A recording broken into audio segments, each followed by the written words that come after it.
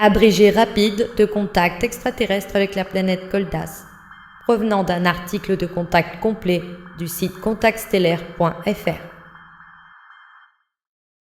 Edward White, dit Edwin, travaillait dès l'âge de 16 ans dans une usine de radio près de Durban, en Afrique du Sud. En 1960, il se lia d'amitié avec un nouvel employé, George, un extraterrestre de la planète Koldas, en réalité nommé Valdar. Celui-ci prouva à Edwin, lors d'une nuit de pêche isolée, qu'il était en contact avec un vaisseau spatial commandé par un nommé Waiora, obéissant à ses ordres via radio. Pendant 2 ans, Valdar révéla à Edwin de nombreux aspects de la vie koldasienne, avant de repartir à bord d'un vaisseau, lui laissant une radio modifiée pour poursuivre le contact. Les échanges par radio avec Valdar, Waiora et d'autres durèrent des décennies, ponctués de rencontres physiques sur Terre, de photos d'ovnis et de multiples témoins. Des centaines d'heures d'enregistrement existent. Plus tard, la communication devint télépathique, après la confiscation de la radio par les autorités. Koldas appartient à la Confédération des 12 planètes, dans un univers miroir symétrique très similaire au nôtre, parfois décrit comme un univers d'antimatière, qu'on retrouve sous le nom d'univers d'Al chez les Pléiadiens. Leur planète mère, Grandeur, les a élevés à un haut niveau technologique et spirituel, et ils font de même avec d'autres mondes, comme Pyrrhol dans leur univers. Leur tentative de coopération avec la Terre, pour faire de même, échoua face au refus des dirigeants.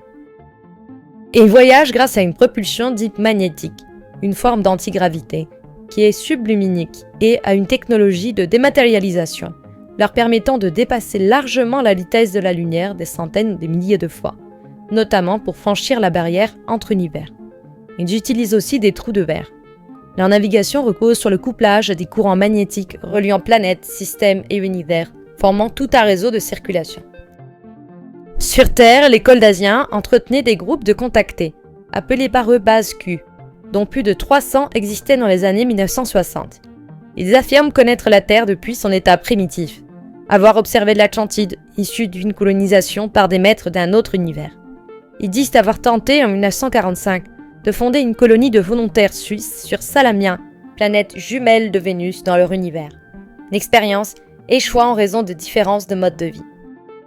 En 1969, après 2000 ans de paix, Vermont subit de graves attaques d'un ennemi masqué, manipulant une race plus primitive comme soldats, dont une guerre biologique meurtrière. À la victoire obtenue de peu, ils se retirèrent de la Terre, probablement car la guerre a été causée par leur implication avec la Terre. Les Koldasiens ressemblent aux Terriens en tout point physiquement. Ils croient en un être suprême créateur, en l'âme immortelle, en la réincarnation et en la fraternité universelle.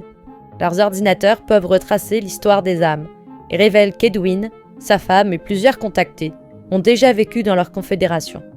Ils annoncent un prochain changement cosmique majeur, l'arrivée de grands vaisseaux qui instaureront la paix, intégreront la Terre à leur civilisation et inaugureront un nouvel âge d'unité et de savoir partagé avec les peuples des étoiles. Une vidéo résumée plus fournie est disponible sur cette chaîne.